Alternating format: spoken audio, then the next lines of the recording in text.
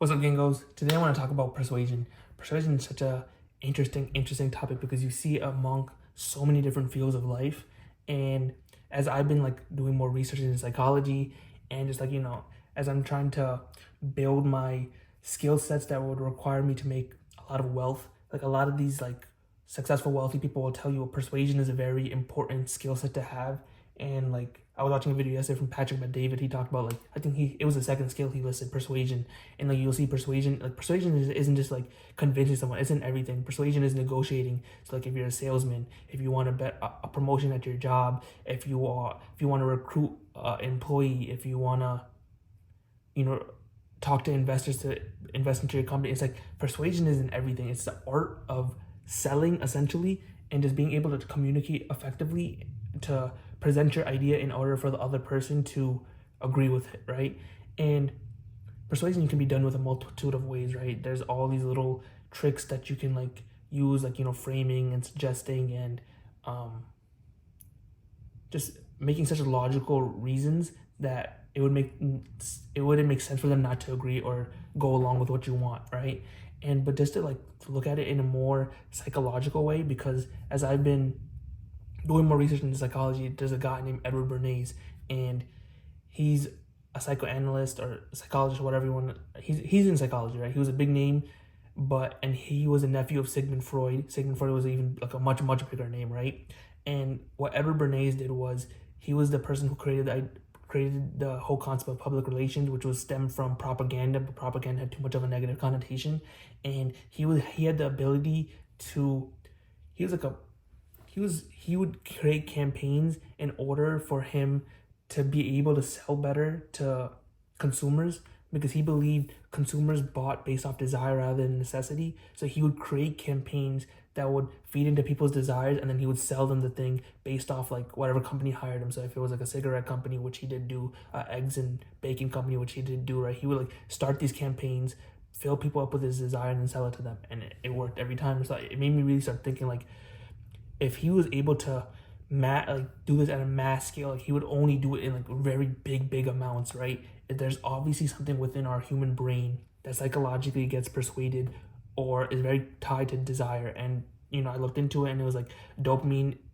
You get dopamine if you satisfy a desire. So your dopamine receptors and everything of that nature isn't a pleasurable chemical that's released in your brain. It's more of a satisfaction of a desire. And so all humans have desires, and all humans have necessities, but humans consume more often than not than off desires rather than necessities. Like think about all the things people buy, right? You could buy a regular car just to get from point A to point B. You can buy the base levels of food. You can buy there's base levels of everything, even like a shirt. Like you can buy the base level of shirt, but people desire Ferraris. People desire a Nike shirt. People desire the top of the line steak, right? And it's like that's the whole idea of consumerism, and that people will consume based off desires. And again, just to go back to the original point that I was talking about, it's like it's all psychology, right? And I feel like the psychology that's connected to the people's desires are also connected to people's the seven deadly sins, because I was looking at it, and he was like one of the seven deadly sins is like lust, right? Sexual desire, which we know in like modern day people will overconsume sexual content, right? We have prawn, we have OnlyFans, we have all these things that people are like over consuming. Like you don't really need to consume any of that. Like it's not necessary, and yet people are spending money and all this time and energy consuming it, right? There's like another one, it's like pride or ego, right? People will over consume and overdo or whatever to fill up their ego. So there's guys who will make shit tons of money, and they'll do all types of like unethical stuff to make a lot of money, so they can buy cars, and you can get a lot of women, get a yacht or whatever, and it fills up their ego. Or like another one's like vengeance or jealousy, right? Envy, jealousy, or whatever, right? And people do this in order, like people that are jealous, like if you are jealous of someone, you obviously desire something that they have, right? So again, it's all connected back to desire. If you want vengeance, because you have a desire to get back at someone, right? So again, all of these desires are connected back to the seven deadly sins, which I feel like isn't within all humans. And if you can tap into those humans, you can essentially persuade them. And I find that concept, I don't know if this concept is true. This is one of my theories. It just makes so much more sense because it makes sense because if dopamine is connected to desire and desire is connected to all the seven deadly sins, then all and persuasion is like getting people to psychologically change their mind. If you can tap into people's seven deadly sins by igniting something in them, if you can ignite a revengeful spirit or something that would cause them to be envious or something that would cause them to think sexually, you can tap into their desires and therefore sell them or persuade them on whatever that you want. And you see this commonly among all times, right? Like all these girls that are on OnlyFans, when they make TikToks or whatever they like, these tweets that they put out, they're essentially igniting sexual desire within men, and those men are, this is happening on a big scale. It's not just one guy that's just buying all their content. It's one woman at mass scale igniting all these guys' desires, and all these guys are like, they're feeding off, they're getting dopamine, they're getting these sexual desires, right? And so the sexual desires are releasing dopamine. The dopamine is like, oh, we need to satisfy this craving. What do? They buy the content that these girls are selling.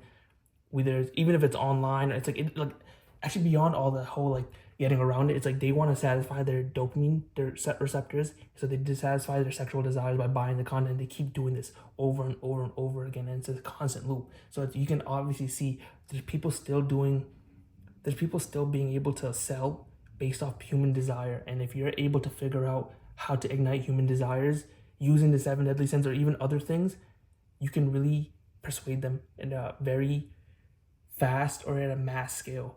And I find that super interesting on just from a psychology perspective. Like, that's nuts that people are just like and it's like, unless you know this, like for me, I'm not very much of a consumer. I don't consume a lot of things.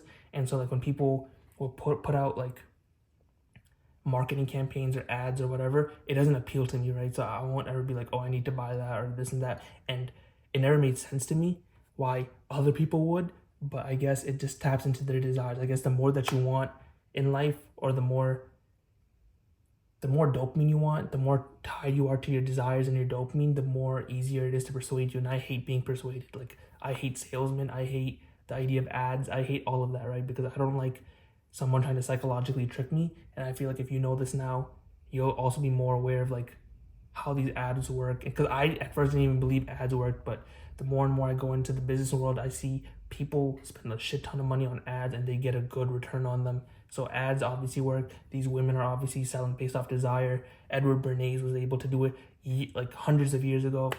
So at the end of the day, humans have desires. Humans have the need to satisfy their cravings. Humans have dopamine being constantly released. I'm not saying take advantage of it, but if you're aware of it, you can make a lot of money and you can get a lot of success, a lot of fame, whatever that you want. If you just properly use this idea of controlling desire and controlling their dopamine and using desire from like the seven deadly sins or even other forms of desire that people are like among the seven. I just connected the seven deadly sins because everything that I was researching, it was connecting back to like one of those. I was like, oh, people get jealous, so that's why they buy. People get angry, so they want more. Or people become sexual and people think sexually and they want more. So that's how I connected it. If you can, the more research I do, I'll talk about it again. But if you could do research and figure out what creates people's desires, I'm telling you, you'll win.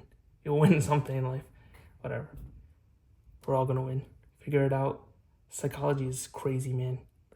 This brain, we all got one. So if you can figure out how to control someone's, you can control the narrative and you'll win. We'll all win in the end, though.